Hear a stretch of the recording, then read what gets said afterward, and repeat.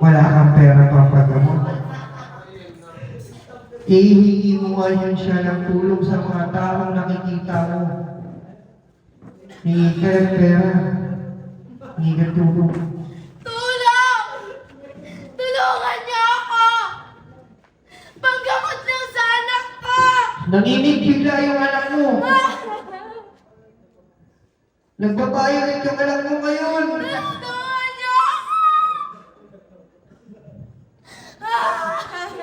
Ngayon dinadaan-daanan na lang ng mga tao, hindi ka pinapansin. Tulungan niyo ako!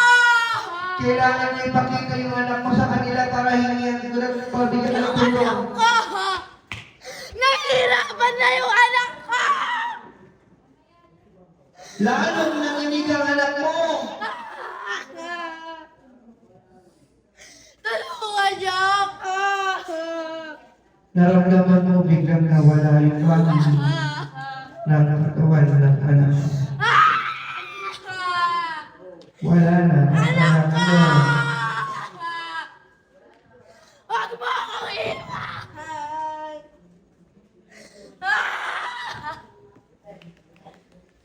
Yung anak ko!